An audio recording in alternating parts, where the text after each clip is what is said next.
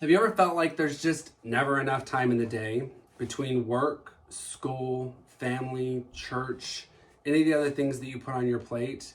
You just struggle to figure out, I just guess I'm not going to sleep anymore. Beyond that, have you really had a hard time starting, making, and keeping a journal in your life? And when you do write down in your journal, have you struggled to figure out, well, what do I say? What do I do?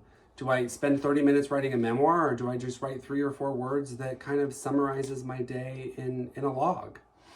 Well, writer Carol introduced the bullet journal to the world back in 2014 because he struggled just like you and me and found out a way to simplify planning his day and merging it with a journal to give him a recap of what his life looked like a year ago. I've been keeping a bullet journal off and on for about 2.5 years.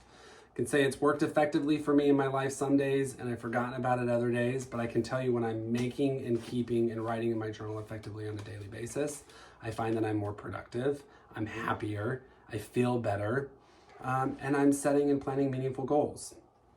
So grab your dot grid notebook, a couple of pens, a little bit of creativity, probably a pencil and eraser to start with, and let's dive in. So what is a bullet journal? It's really just, again, a dot grid notebook that allows you to manage your day effectively. One of the key features of a bullet journal is what we call a future log. It can be styled in 1,000 different ways, but it's a recap or a summary of the year to come.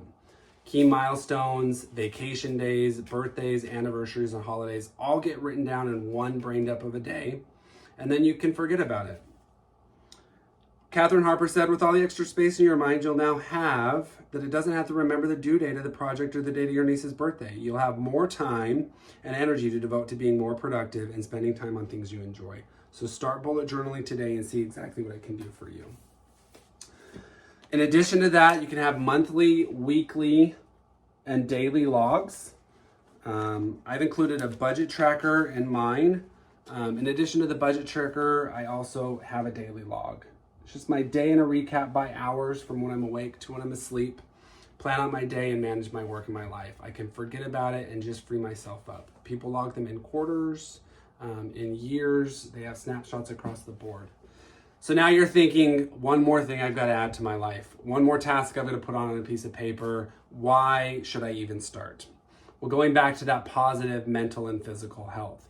In addition to tracking and planning your day, when you put down to paper what you're going to do for the week or the month, one of those things should be reflection, contemplation, and probably a little bit of health or meal planning.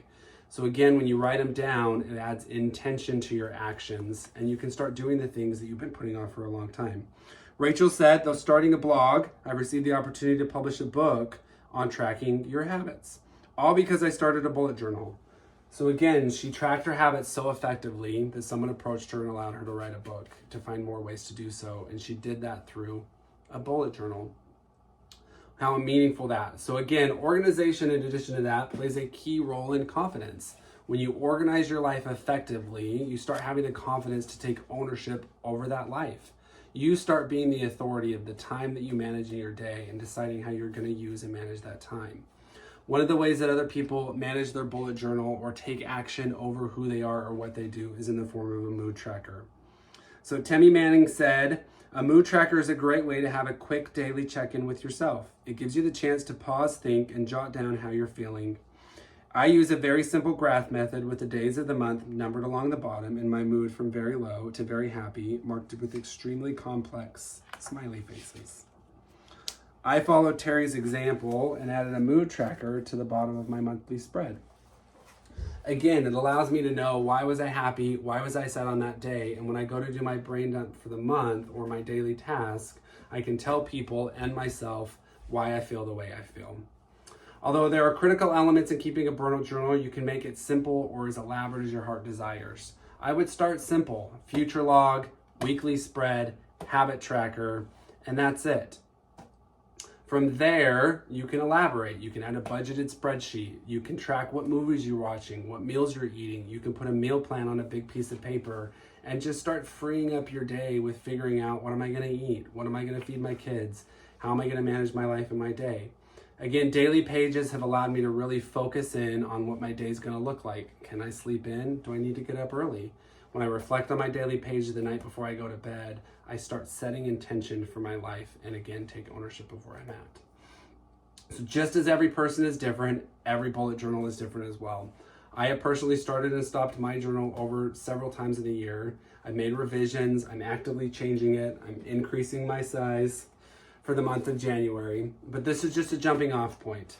It allows you to start being creative, taking ownership of your life, and moving forward with attention. Even if you don't pick up the habit of bullet journaling, I'm hoping if you give it a try that you'll find how it can be effective for you moving forward.